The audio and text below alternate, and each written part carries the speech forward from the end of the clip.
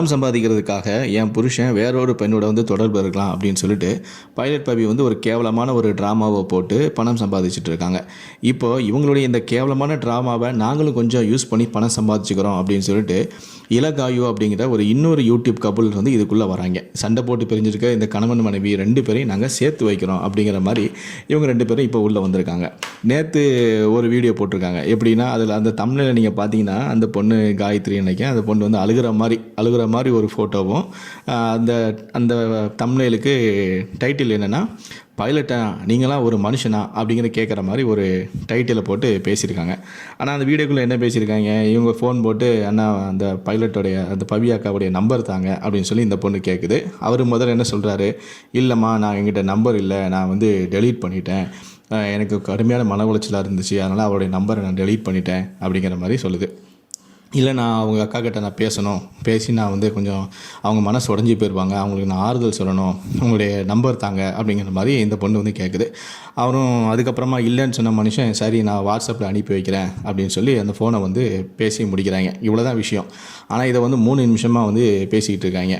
இவங்க போட்ட தம்ப்நெயிலுக்கும் இவங்க போட்ட ஹெட்டிங்க்கும் இவங்க பேசின விஷயத்துக்கும் ஏதாவது சம்மந்தம் இருக்கா? எதுவுமே இல்லை. இந்த சண்டையில் நம்மளும் கொஞ்சம் பணம் சம்பாதிச்சிக்கலாம் அப்படின்னு சொல்லிட்டு இந்த இலக்காயும் உள்ளே வந்திருக்காங்க. தலைவர் நேற்று வேறு ஒரு வீடியோ போட்டிருந்தாப்புல, இந்த மாதிரி இவ்வளோ சம்பாதிக்கிறீங்களா, அப்படி சம்பாதிச்சா எவ்வளோ பெரிய வீடு கட்டியிருக்கலாம் அப்படின்னு சொல்லிட்டு. அவங்க ஊரை சேர்ந்த ஒருத்தன் நம்ம போட்ட வீடியோக்கு கீழே கமெண்ட் பண்ணியிருக்கான். என்ன கமெண்ட் பண்ணியிருக்கான்னா, நான் அவன் ஊர் தான், மன்னார்புரம் தான், குடும்பமே நடிக்குது, அவன் எங்கேயுமே போகலை, சும்மா வீடியோக்காக பவி அம்மா வீட்டுக்கு போயிட்டா, எல்லாமே நடிப்பு தான், எங்கள் ஊரில் பாருங்கள், இந்த குடும்பத்தை ஊரே கழுவி ஊற்றுவோம் அப்படிங்கிற மாதிரி ஒரு வீடியோ போட்டிருக்கான்.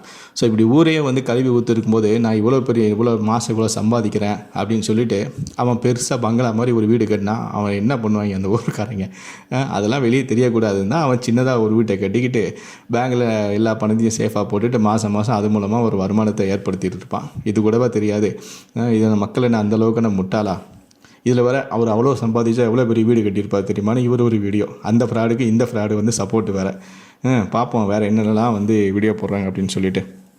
அந்த பொண்ணு கர்ப்பமாக இருக்குதுன்னு நினைக்கிறேன். ஸோ என்னெல்லாம் இனிமேல் அந்த யூடியூபரை பற்றி நம்ம எதுவும் பேச வேண்டாம்.